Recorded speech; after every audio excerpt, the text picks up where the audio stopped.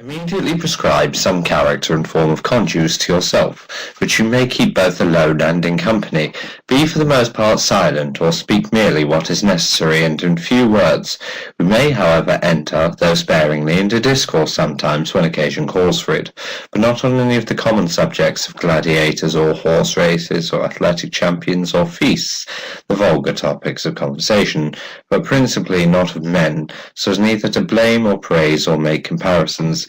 If you are able, then, by your own conversation, bring over that of your company to proper subjects, but if you happen to be taken among strangers, be silent. Don't allow your laugh to be much, nor on many occasions, nor profuse. Avoid swearing, if possible, altogether. If not, as far as you are able.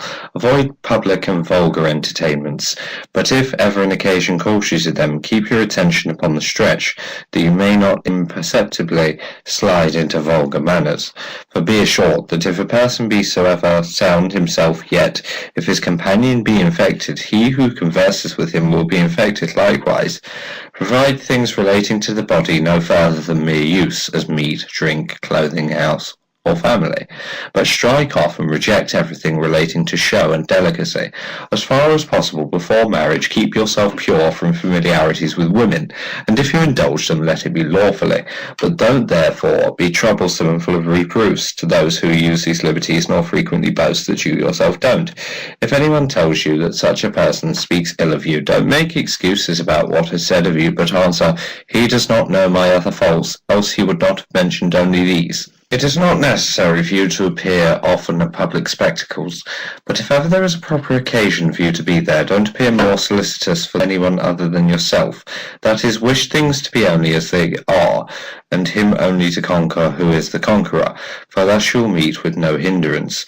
But abstain entirely from declamations and derision and violent emotions, and when you come away, don't discourse a great deal on what has passed, and what does not contribute to your own amendment, for it would appear by such discourse that you are immoderately struck with the show.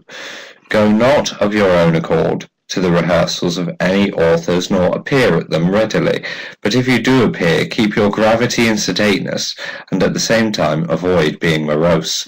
When you are going to confer with anyone, and particularly those in a superior station, represent yourself to how Socrates or Zeno would behave in such a case, and you will not be at a loss to make a proper use of whatever may occur.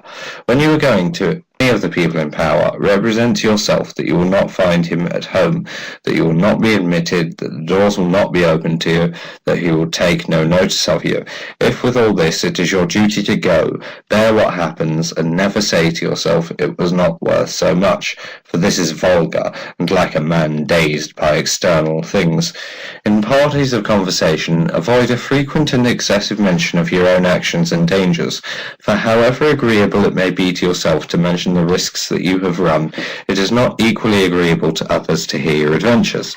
Avoid likewise an endeavour to excite laughter, for this is a slippery point, which may throw you into vulgar manners, and besides may be apt to lessen you in the esteem of your acquaintance.